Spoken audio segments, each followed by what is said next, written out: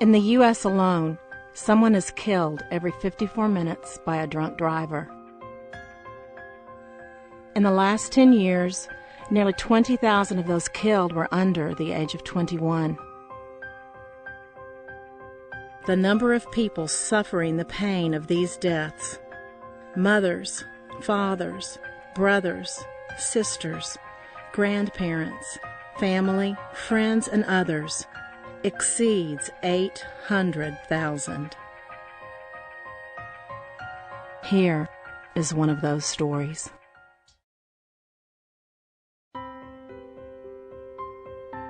Knowing that I was pregnant with twins was quite an exciting thing for me. Just an extra special blessing, I thought, because motherhood for me was just what I was meant to do. I put them in the same crib, one down at one end and one down at the other end going across the crib, and I separated them thinking that they would disturb each other if they were touching. About 15 minutes later, I came in, and they had wiggled and wiggled and worked their way until they were touching. I realized, at that moment that the bond that they shared was so close. The idea that Meagan and I's relationship was just sisters, not to me, not at all. She's my best friend. We had a great childhood. I was the middle child. We were close in age, so I think that kept us close, to each other as we grew up. Every day, the whole family would pack up and go to the beach. We'd pack the cooler and walk across the street, and literally hours were spent at the beach. Meagan and I would always be belly up to the cooler, wherever the snacks were, wherever the soft drinks were. That kind of became a laughing joke. It's wonderful being the mother of boys because they love their moms. Eric Smallridge is my baby boy. In many ways, they've all been the joy of my life, but he was, as the baby, special in a number of ways. He was always the best athlete, probably was the best student with the grades. He was just a tenacious kid, he was full of energy, and he was so competitive against even myself when we would play basketball or anything. We went on a lot of campouts.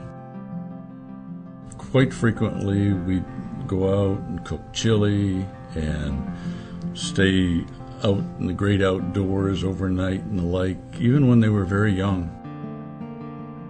Rainey was a den mom, I was a cub leader, and all of the three boys are Eagle Scouts. Some of my fondest memories of him, honestly, were kind of living vicariously through him in his athletic prowess, if you wish, but he was a 4-year letterman for the soccer team at Leon High School. I used to travel with the team on the bus and support Eric, and he was a goalkeeper, and that was really cool getting to watch him.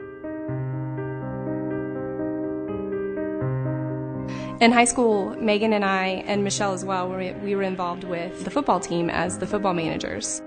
We thought we were so cool getting, to be close with all the football players. And then we would travel with them to the game.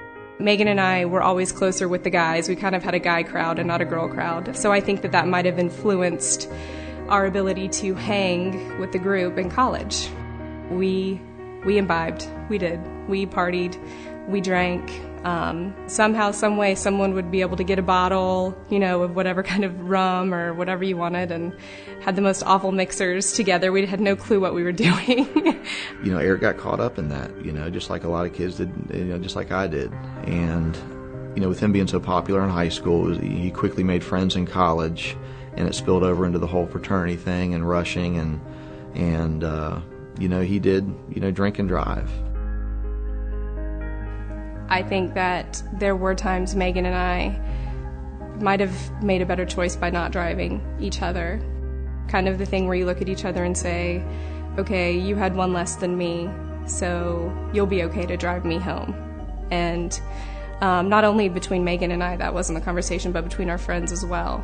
And it did get to the point where we had to really step back and say, okay, you really had one less drink. You'll be okay to drive. Here's the keys. Get us home.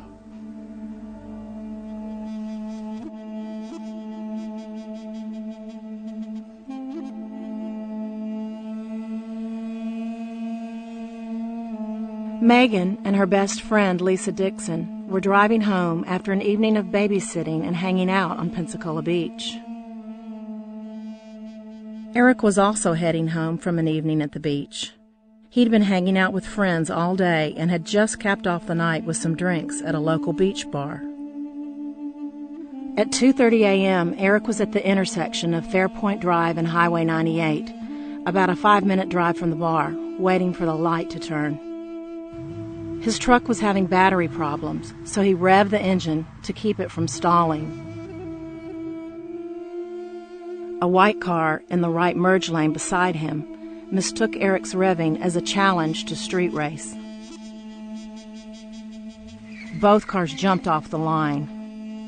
Eric was oblivious to the white car beside him until it started cutting into his lane. Eric's truck rammed into the back of Meagan and Lisa's car, sending it spinning out of control before impacting a tree. Both girls' necks were snapped by the impact. They were killed instantly. Neither Lisa nor Meagan had been drinking that night. About 8:45, my sister-in-law shows up at the door, and she's standing there, and she said, "There's been an accident. It was Meagan. She didn't make it." And my mind immediately began racing about the last time I talked to her. I picked up the phone and said, "Hey, Dad," and he said, "I have something I need to tell you." And I said, "Okay." And immediately, your heart sinks. He said, "There's been an accident. It was your sister." And he didn't even have to tell me which sister. And that's all I remember. And he said, "Well, there's been an accident, and it was Meagan. She didn't make it." I learned what wailing was, from deep down in your soul, this horrible wailing comes out. I said to her, "No, you're kidding." A million memories, a whole lifetime just flashes before your eyes, and you just think, I thought, oh, does Carmen know? I fell on the floor, and I'm assuming that I fainted. I don't know.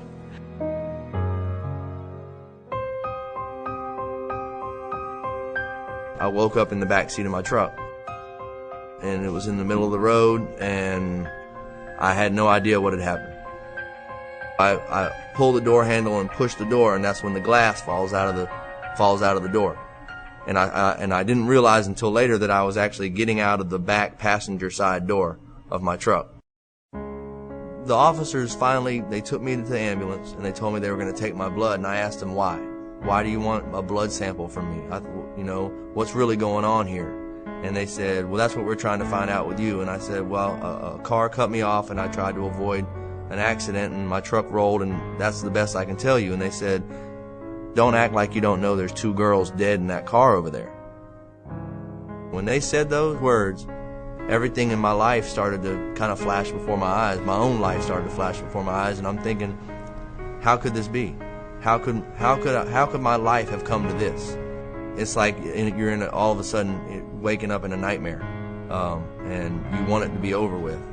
You just see all your hopes and your dreams. You see how proud people were of you and how disappointed they're going to be in you now. And then you start thinking about, well, what about these other people that I don't even know? Blood tests showed Eric's blood alcohol level at 2.5 times the legal limit.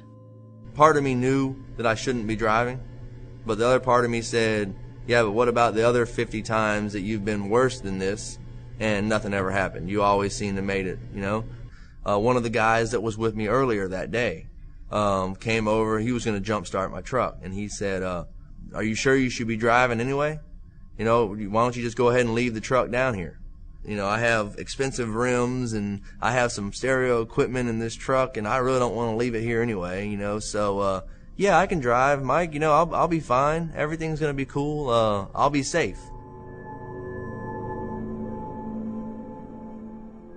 On October 3rd, 2003, Eric was found guilty of DUI manslaughter and sentenced to 22 years in state prison, 11 years each for Meagan and Lisa's deaths. Eric Smallridge was a good guy. He had his life in front of him. He made a horrible choice, and the consequence of that choice, we can never back away from.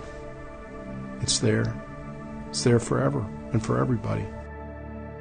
A decision can be so dramatic that you graduate from college in April, and in July you go to prison, and that's exactly what happened to me. The decision to drink and drive that night cost me everything. I had high expectations. I had plans of getting married. I had plans of working my way up the corporate ladder. Everything that I had hoped and dreamed of kind of was just, it was swept away all in that moment.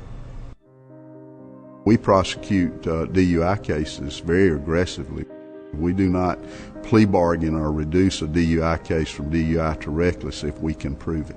If you get caught drinking and driving, you lose your license, you are adjudicated guilty. That is there forever. It can never be expunged or removed. Mom can't help you, Dad can't help you, Grandpa can't help you, I can't help you. There are consequences for our choices. If you drink and drive and kill somebody, you're going to prison.